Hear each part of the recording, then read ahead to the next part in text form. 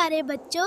तो आज इस वीडियो में देखेंगे सच में कितनी ताकत होती है। हाँ दोस्तों, मेरी वीडियो अच्छी लगे तो जरूर चैनल को सब्सक्राइब करें। की जन्नत आओ बच्चों, यहाँ सब आओ। प्यारे बच्चों, आज हम कहानी सुनेंगे अली की, जो हमेशा सच बोलता है। वो हमेशा खुश रहता और खेल कूद से मोहब्बत करता था। एक दिन अम्मी ने अली को एक किताब दी और कहा, बेटा इसका ख्याल रखना।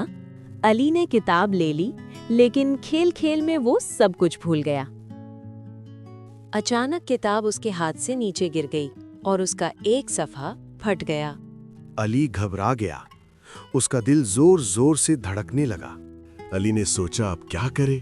दिल में आवाज आई, झूठ बोल दो। फिर दूसरी आवाज आई, सच बोल दूं? अल्लाह को पसंद है सच बोलना। अली अम्मी से सच बोलने लगा। अम्मी, मुझसे गलती हो गई है।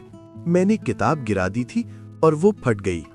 अली को लगा अब डांट पड़ेगी, लेकिन अचानक अम्मी मुस्कुरा दी और कहा, बेटा सच बोलने पर अल्लाह बहुत खुश होता है।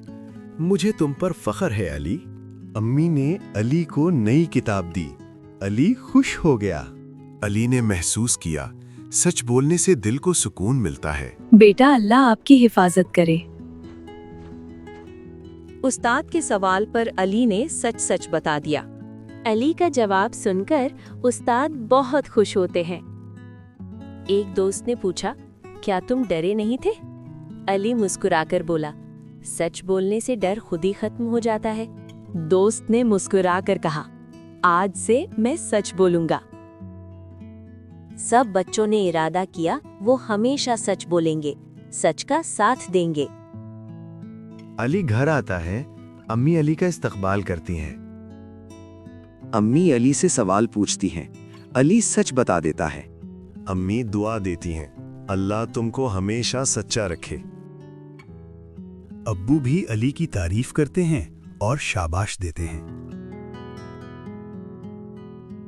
हम हमेशा सच बोलेंगे और अपने वालिदैन की इताअत करेंगे।